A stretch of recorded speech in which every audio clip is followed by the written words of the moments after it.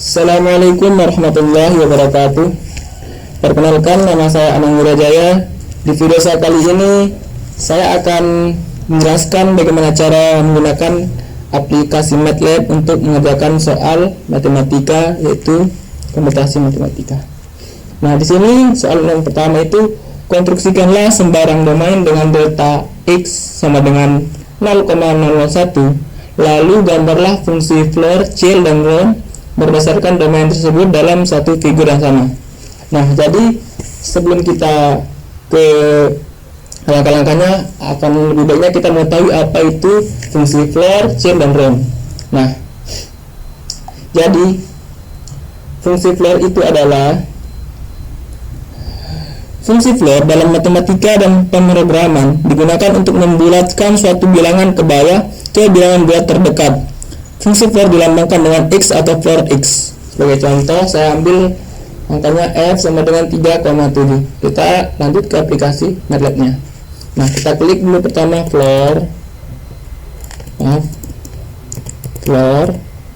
buka kurung, sama contoh 3,7. Kurang lagi, kita enter. Nah, jadi hasilnya itu sama dengan 3. Nah, untuk melihat atau menentukan gambar grafik dari floor 3,7, kita klik x sama dengan kurung kurawa 0,2, kita tulis x yang diketahui tadi 0,001 titik 2. Di sini saya ambil angka 7, tutup kurung, kemudian enter. Maaf, salah.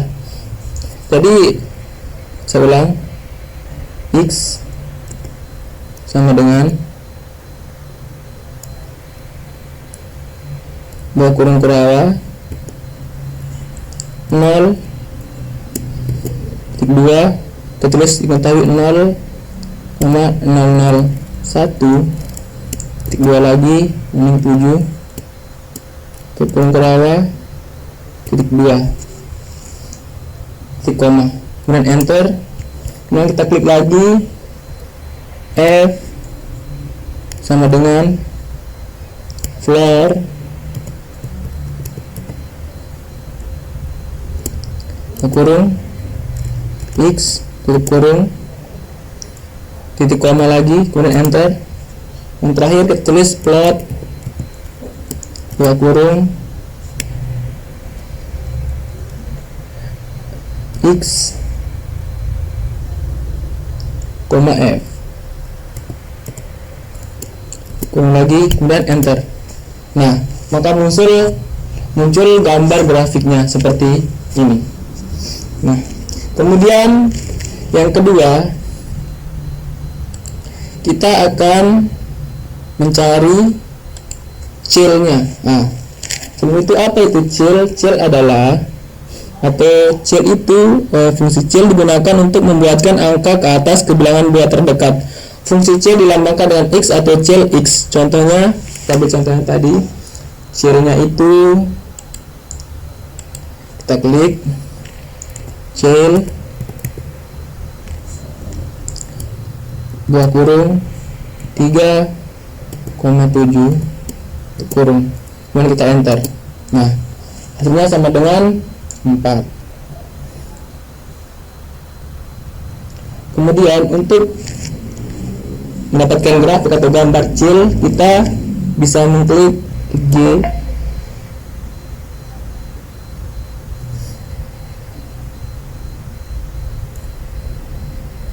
sama dengan CL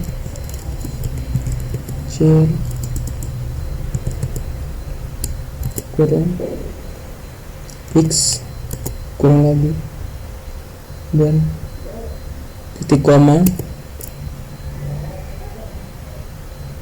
dan enter. Kita klik plot plot. Oh ya, ada kesalahan teman, maaf. Di plotnya kita klik X, G, nah R ya teman-teman. Maaf, tanda petik dulu, baru R, tanda petik lagi, tutup kurung, kemudian enter. Nah, untuk melihat gambarnya kita bisa mengklik di sini.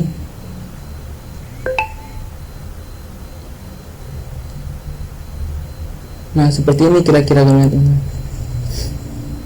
Kemudian kita akan lanjut ke yang ketiga, yaitu round. Gimana soalnya? Nah, jadi fungsi round digunakan untuk membuatkan angka ke bilangan bulat terdekat. Nah, syarat jika angka di belakang koma 0,5 lebih kecil, maka dibulatkan ke bawah. Contohnya 3,7 tadi. Dan kedua, jika angka di belakang komanya itu lebih besar atau sama dengan 0,5, maka dibulatkan ke atas. Contohnya min 3,7. Masih kasih materialnya. Kemudian kita klik round.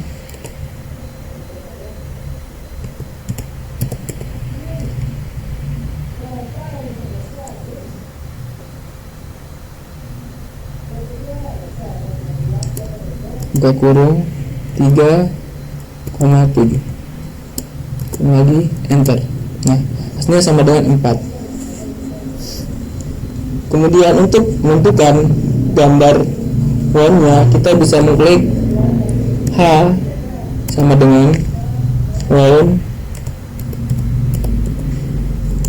buka kurung X kurung titik koma, enter, kemudian klik lagi plot, buka kurung X, H,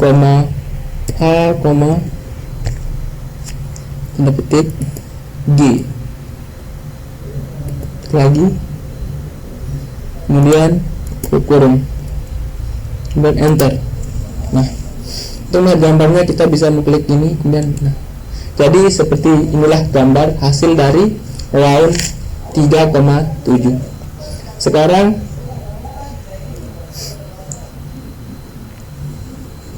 kita lanjut ke soal yang nomor 2.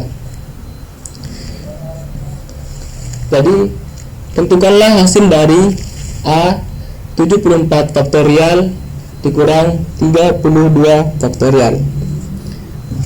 Jadi untuk menentukan faktorial kita bisa membuka aplikasi MATLAB kembali, kemudian kita klik faktorial.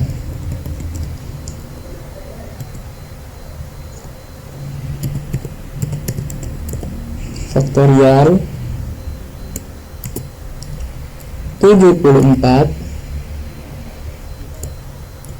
kurung dikurang faktorial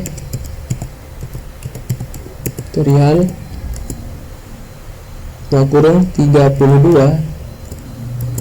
kurung dan enter. Nah, kemudian hasilnya adalah seperti yang tertera di gambar. Kemudian soal selanjutnya 6 faktorial dikali 5 faktorial, sama seperti tadi teman-teman. Jadi kita tulis dulu faktorial kurung 6 kurung dikali, untuk kalinya kita pakai shift 8, kemudian terus lagi faktorial kurung 5 kurung, kemudian enter. Nah, hasilnya adalah 86.400. Kemudian soal selanjutnya 6 faktorial dibagi 8 faktorial. Nah, sekarang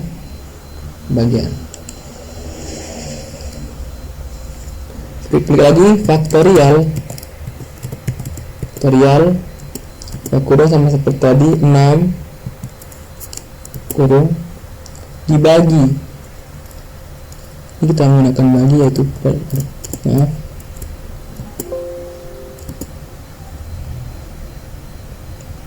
kita menggunakan bagi, bukan, maaf.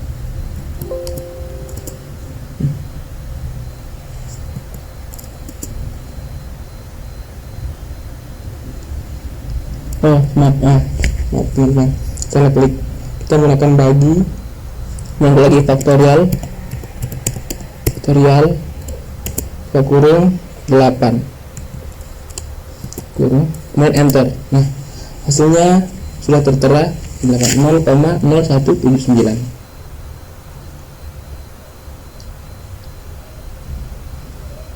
Kemudian soal selanjutnya, permutasi dari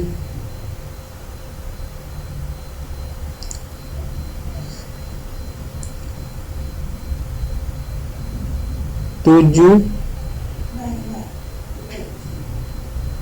koma 3 dikurang permutasi dari 5,2. Selanjutnya adalah kombinasi dari 8,4 ditambah kombinasi 5,3. Sekarang kita lanjutkan, buka aplikasi MATLAB-nya, kita klik faktorial, kemudian kita buka kurung, dan klik 8 per faktorial atau bagi faktorial, lakukan lagi 8 dikurang 4 kurung, kemudian dikali faktorial 4, tulis faktorial kurung 4, tutup kurung lagi, ditambah faktorial 5 tambah faktorial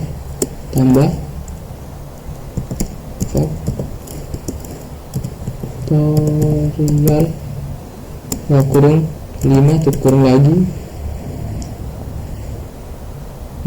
per faktorial 5 kurang 3 per faktorial, lagi faktorial kurung 5 dikurang 3 kurung dikali faktorial 3 kurung 3 kurung 1, enter. Nah, hasilnya sama dengan 40.680. Kemudian soal selanjutnya adalah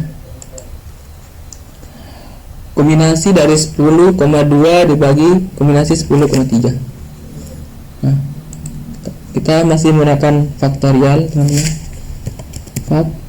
Faktorial kurung 10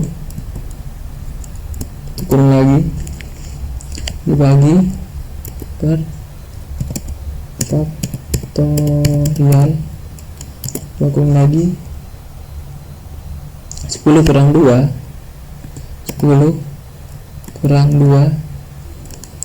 kurung lagi dikali faktorial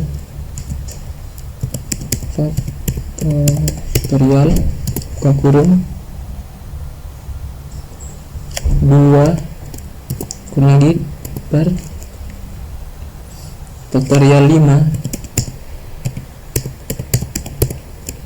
kurung klik 5 kurung lagi dibagi faktorial 5 kurang 3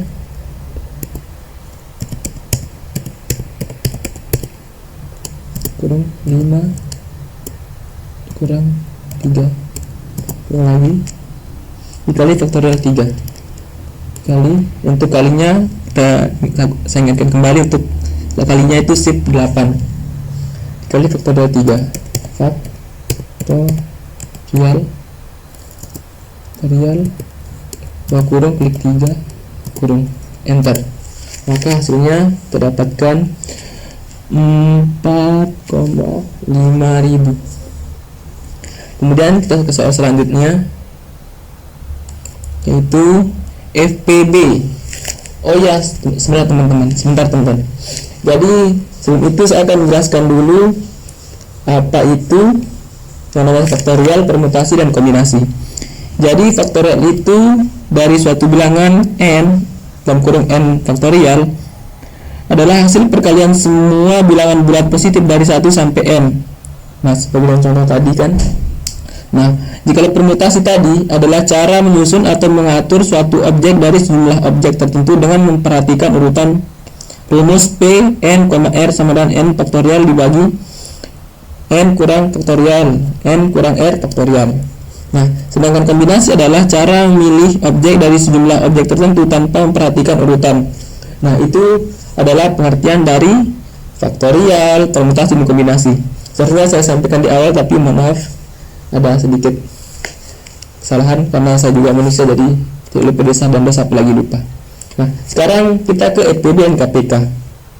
Nah, apa itu FPB? FPB adalah faktor persekutuan terbesar, yaitu bilangan bulat terbesar yang dapat membagi 2 atau lebih tanpa sisa. Nah, sebagai contoh, tentukan FPB dari 24,1268. Nah, caranya kita buka aplikasi MATLAB-nya. Kemudian kita klik GCD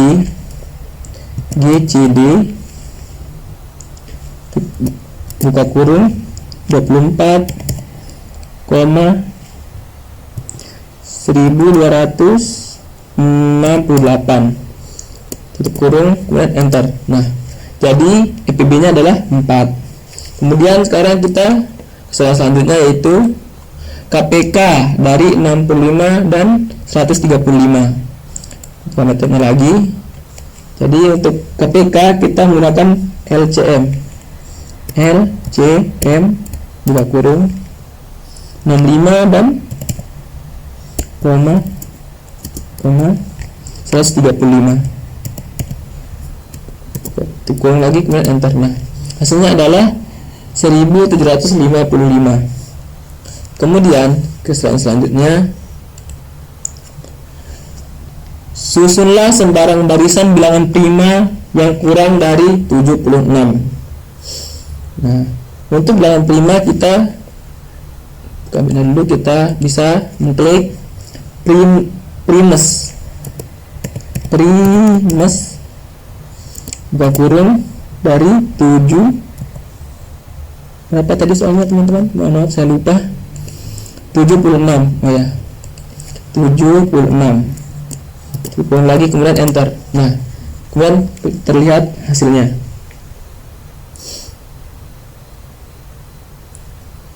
Nah, kemudian kita ke soal selanjutnya, yaitu susunlah segitiga Pascal dengan 20 tingkatan. Nah, jadi untuk mencari Pascal kita bisa mengklik Pascal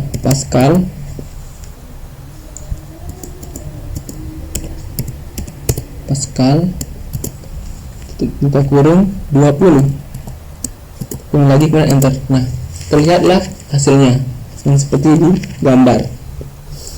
Oh ya teman-teman, sebelum itu saya ingin menjelaskan lagi apa itu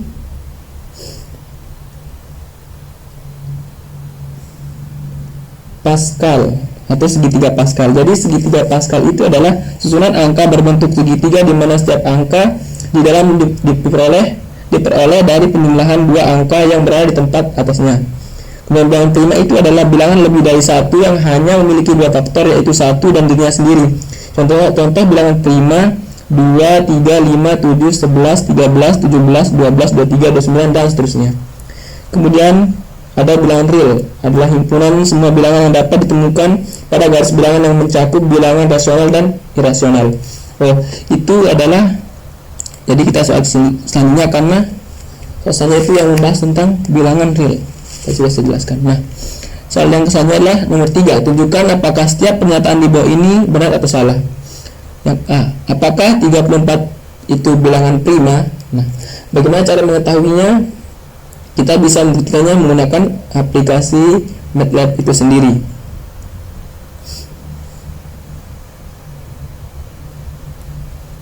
Jadi kita lihat, buka aplikasi MATLAB, kemudian kita bisa mengklik is real, is real,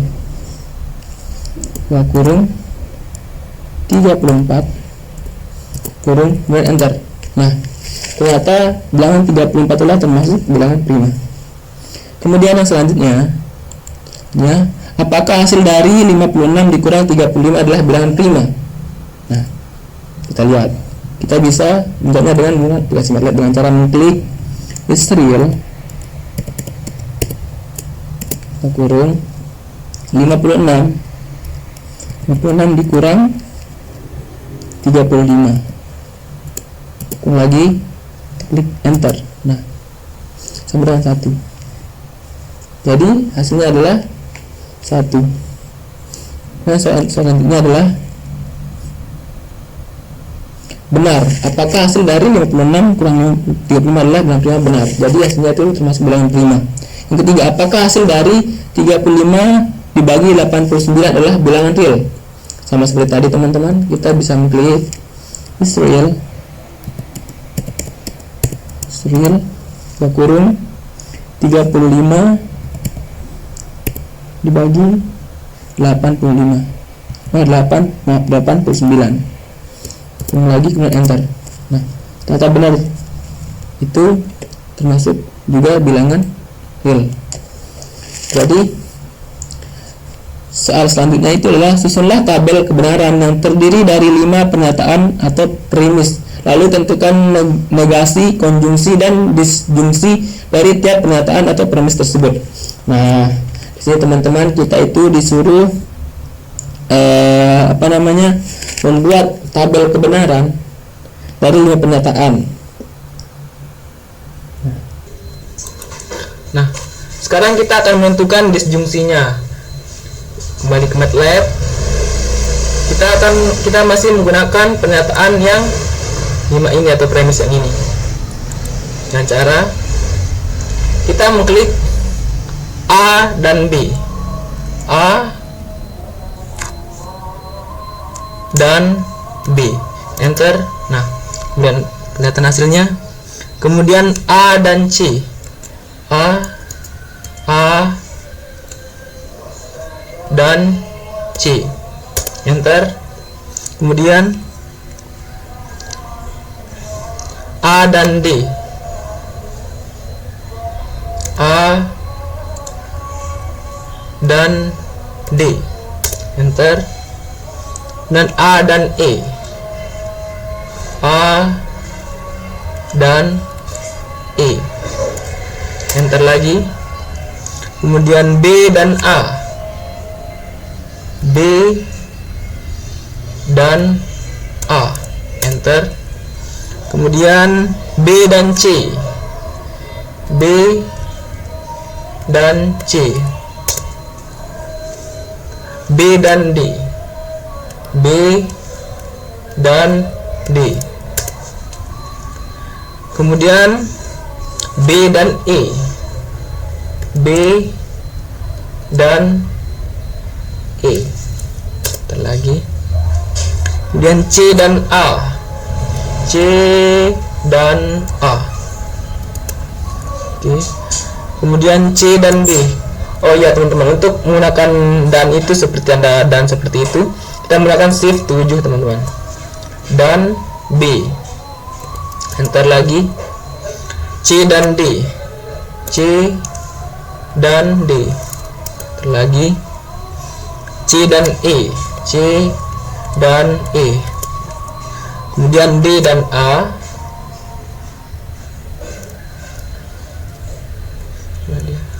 D dan A, lagi D dan B, D dan B, D dan C, D dan C, terlagi D dan E, D dan E, enter. Kemudian kita ke E dan A, E dan B, B, E dan C, E dan C, E dan D, E dan D,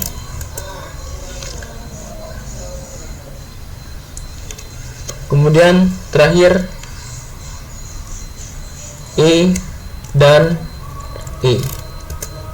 Nah, jadi sampai di sini karena yang diminta itu soalnya kita diminta untuk tentukan negasi. Nah, negasi yang mana tadi yang ada dikasih tanda petik di akhirnya itu sebagai negasi. Kemudian konjungsi itu ada tanda seperti strip yang bergelombang. Nah, itu namanya konjungsi. Sedangkan yang disjungsi itu yang ada tadi yang ada dandannya itu. Nah, sekian dari saya. Semoga bermanfaat. Assalamualaikum warahmatullahi wabarakatuh.